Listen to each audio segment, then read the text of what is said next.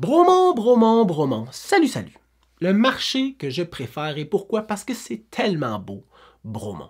Aujourd'hui, on revoit les statistiques immobilières de mars 2025 contre mars 2024 pour tous les unifamiliales et les copropriétés. Et malgré qu'on est le 1er avril, je te ferai pas de poisson d'avril, je te donne les vraies statistiques.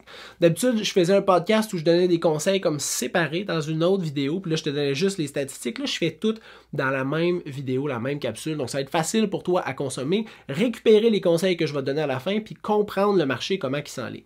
Présentement, le délai de vente moyen pour vendre une propriété à Bromont, c'est 114 jours. C'était 74 l'an passé.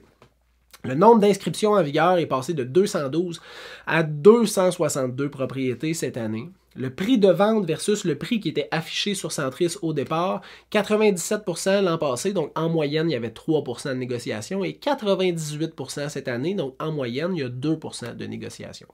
Le prix de vente médian est passé de 651 000 à 611 000, donc on a une diminution du prix de vente médian. Et le nombre de ventes effectuées, 25 l'an passé, contre 24 dans le mois de mars pour mars 2025. C'est plus long vendre une propriété. Il y a plus de propriétés sur le marché. Les valeurs sont moindres que l'an passé et il y a moins de ventes. Bon, pour un vendeur et pour un acheteur, ça ne veut pas dire la même affaire. Donc, je te donne un conseil pour chacun des segments de marché. Si tu es un vendeur, utilise un gros bucket de réalisme, puis bois ça, puis rencontre un courtier immobilier. Parce que le marché, présentement, au Québec, les propriétés qui sont bien mises sur le marché, bien préparées au bon prix, se vendent rapidement. Sauf dans certains marchés, mais je te le dis, Bromont n'en fait pas partie.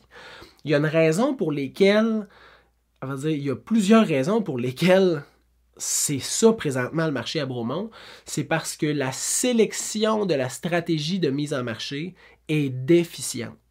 Fait que si je peux te donner une grande suggestion, c'est une grande tasse de réalisme et une rencontre avec un courtier immobilier en qui tu as confiance, puis basez-vous sur les mathématiques immobilières, pas sur un « ouais, mais moi, ma maison versus mon voisin »,« ouais, mais moi, ma maison »,« ouais, mais toi, ta maison », clairement, comme bien d'autres propriétaires, là, les acheteurs la valorisent pas comme toi, tu la valorises. Puis si tu veux la vendre, il faut la vendre à ceux qui décident à vaut combien, puis ça, c'est les acheteurs.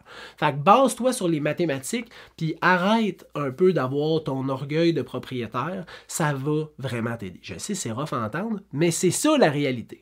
Si tu es un acheteur, ben, félicitations, tu as trouvé un beau marché où c'est possible de négocier. Mais de combien? Comment? À quelles conditions? Comment qu'on est capable de faire descendre le vendeur au maximum? Utilise un courtier immobilier en qui tu as confiance.